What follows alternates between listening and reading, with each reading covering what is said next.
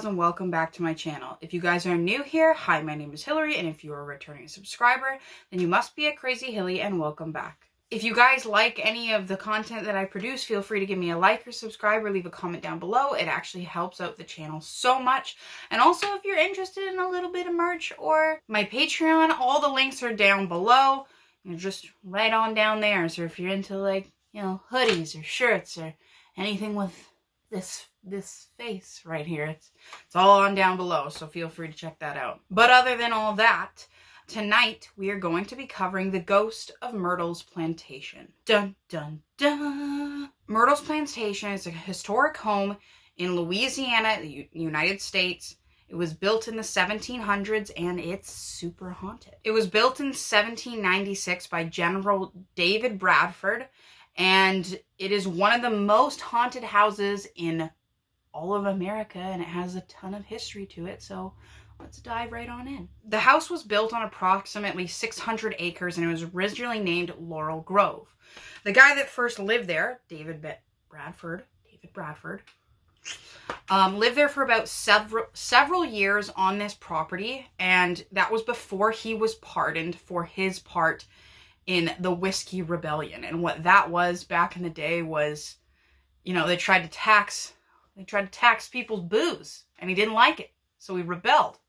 And then after that, he was pardoned for it. So that's kind of when he started to have a family on this property. After he was pardoned for his crimes on, you know, taxing whiskey and not wanting that, which I get it, you know, I wouldn't want taxes on my booze. He brought his wife, Elizabeth, and their 5 children over to live with him in the plantation. Bradford died in 1808, and Elizabeth kept running this plantation up until about 1817, where then she handed off the plantation to her daughter's husband, because I'm guessing back then, you know, you couldn't really hand them off to women, because, like, why would they? It's not like we're people, right?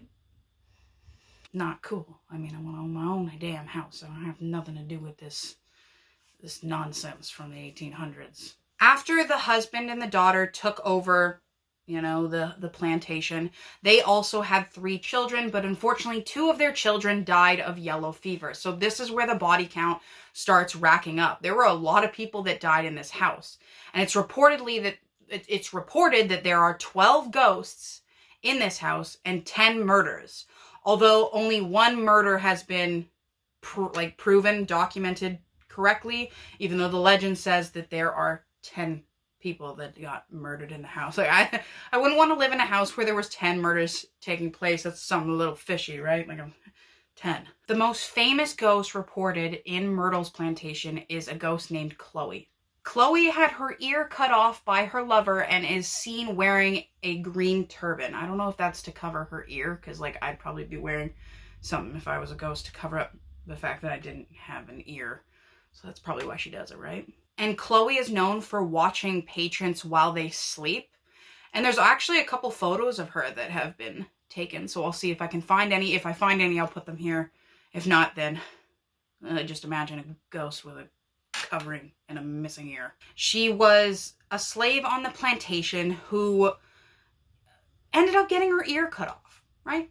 She was listening into conversations to try to modify her behavior, you know, that, and it's also suspected that she had some sort of lover there, but regardless, her ear ended up getting chopped off. So once her ear was chopped off, you know, she wasn't really too happy about that. She decided to put these leaves of, I think it's oleander, it was some sort of something to make someone sick or poison them. Whether or not we know that was her actual intentions, there are people that speculate she didn't want to poison the family, but to get them sick so she could nurse them back to health and, like, get back in the good graces, right? So she ended up poisoning the family and killing quite a few of them. And this is where things kind of took a turn, because after she killed them, the slaves were actually the people that took this into her own hands. Chloe killed them. So they ended up hanging her and tossing her into the river and weighed her down by rocks, and that's kind of where she is. And to this day, like I've mentioned, there's photos of her and other such things, and it's just a bad story. It's awful, you know what I mean? Like, the fact that, I don't even want to get into, like, the 1800s and their quality of like having people as slaves, not cool.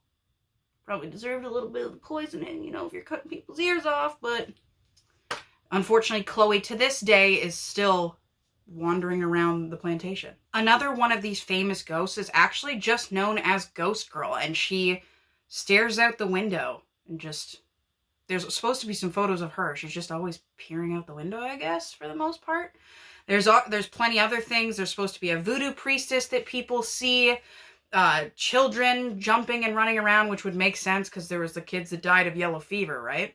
And if you guys remember, I was talking about the one murder that was actually substantiated in the house.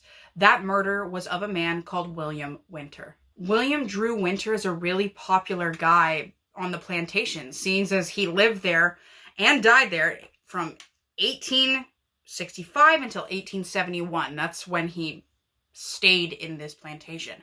And what happened was he was shot by a stranger and then staggering, you know, can't breathe, got shot, ow, went inside the house and tried to crawl up the stairs. Fingers, nails, tried to pull himself up to the stairs, and as soon as he got to the 17th step, he died. To this day, there are still people that stay in this hotel, or bed and breakfast. It's now a bed and breakfast. Sorry, I did not mention that, so you can go there for ghost tours. But to this day, people that stay in this bed and breakfast, as well as employees, still hear him staggering and gurgling and crawling and screaming, crawling up these stairs and then dying right on the stairs. So that's like, you know, repetitive. It's almost like it's a, I should know this because, you know, I do ghost stuff, but it's one of those hauntings that just, he's reliving it over and over and over again. He's always climbing up those stairs and dying on the 17th step, getting shot day after day after day. Residual haunting. Residual. That's what it was. They also, in around 1995, had a guy that went and researched this photo. Like, he was an expert, right? Kind of took a look at all the positionings and stuff, measured the head, like a bunch of things that guys do that, you know, photo experts, I would assume, do, because I'm not a photo expert. But the measurements came back as that exactly of a human, and it's kind of, as far as you can say, they believe that this is an apparition. It's not like there's evidence out there that this was like a faked photograph or whatever. As far as I know, it was legitimized by these experts. So that's just a fun fact for you guys. Also, this house has been used as a filming location. So there was one specific movie, I believe it was called A Long Hot Summer, where they did filming for this movie at Myrtles Plantation. And a lot of the cast and crew, again, saw chairs moving, heard banging noises, and it's just creepiness, right? So they seeing chairs move, like they're put things in one place and they're not in the other, which makes sense, seeing as how many people probably died here, and then again the 10 murders, right?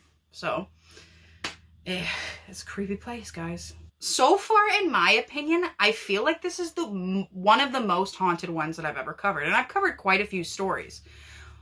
This one, there is good photographic evidence of whether or not it is a spirit, and it's not just one spirit, it's multiple ones. And as far as I'm aware, there are these good photographs of these things.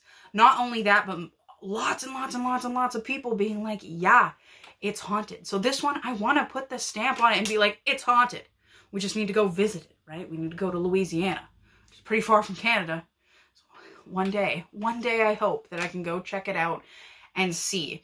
If any of you guys have ever been there, feel free to leave a comment down below. I would love to hear it because, like, I want to hear about haunted stuff. So that's going to do it, guys, for the Ghosts of Myrtle's Plantation.